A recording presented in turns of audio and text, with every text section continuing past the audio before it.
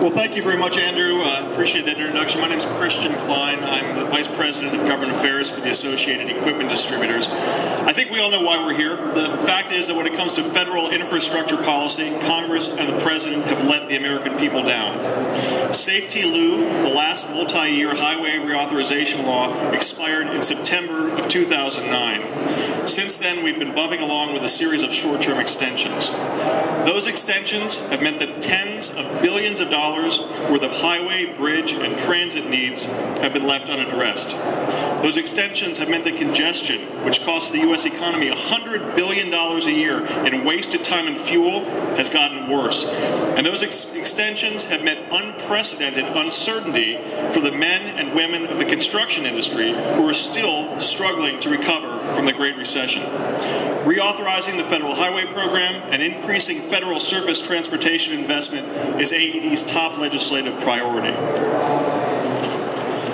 We're working closely with a number of allied organizations representing construction workers, manufacturers, and suppliers and contractors, as well as the broader business community, to enact a new multi-year highway investment blueprint. Despite the historic delays, there is some reason to be optimistic that Congress will get the job done in the next couple months.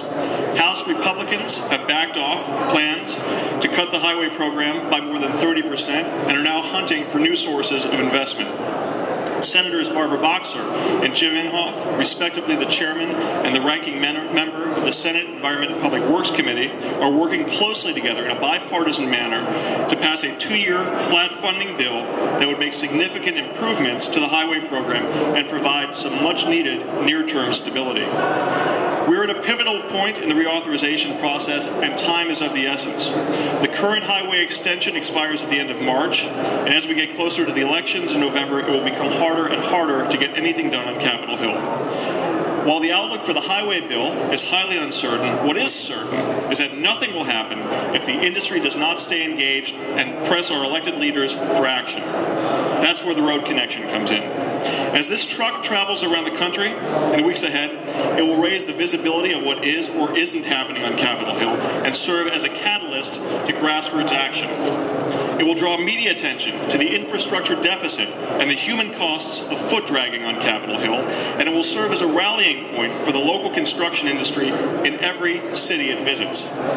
In comparison to the scale of the nation's transportation infrastructure crisis or the political challenges confronting the highway program, this truck may seem rather small, but it represents the great notion that each company and each individual in this industry can make a difference and help move the process forward. I hope the road connection will serve as an example to our dealer and manufacturer members and inspire similar action and engagement by others at every tier of the construction industry in the weeks ahead.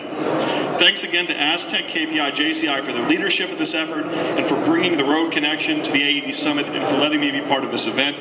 It's now my pleasure to turn things over to Jeff Elliott, President of Johnson Crushers International.